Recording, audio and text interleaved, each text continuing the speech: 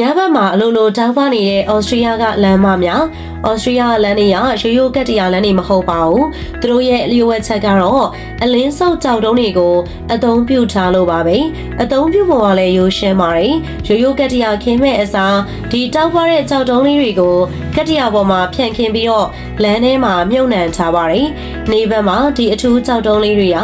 နေရောင်ကြီးကိုစုပ်ယူထားပါတယ်။ပြီးတော့ညဘက်အမောင်ကျလာတဲ့အမျှသူတို့စုပ်ယူထားတဲ့အလင်းတွေကိုပြန်လဲထုတ်လုပ်ပေးတာကြောင့်လမ်းမတစ်ခုလုံးတောက်ပြောင်နေတာပဲဖြစ်ပါတယ်။ဒီလိုလမ်းမီးရောင်အလင်းရောင်စနစ်ကိုအသုံးပြုထားတာဩစတြေးလျမှာညဘက်ရင်ထိုင်မှုတွေလုံးဝမဖြစ်တော့ဘူးလို့သိရပါတယ်။တကယ်လို့ဒီလိုနည်းပညာကိုကမ္ဘာတစ်ဝန်းမှာကြည်ကြဲပြည့်ပြည့်အသုံးပြုနိုင်မယ်ဆိုရင်ညဘက်အသက်ဆုံးရှုံးမှုတွေကိုတော်တော်လေးလျှော့ချနိုင်မှာပါ။ဩစတြေးလျကနေ့စဉ်သုံးနေတဲ့ရိုးရှင်းတဲ့လမ်းမတွေမှာတောင်မှဒီလိုမျိုးစိတ်ကူးရင်ဆန်တဲ့နည်းပညာတွေပေါင်းဆက်ထားနိုင်တယ်ဆိုတဲ့အချက်ကအံ့ဩစရာပါပဲဒီလိုတီထွင်ဖန်တီးမှုကတခြားနိုင်ငံတွေမှာပါအသုံးပြုဖို့အတွက်စံနမူနာကောင်းတစ်ခုဖြစ်လာနိုင်ပါတယ်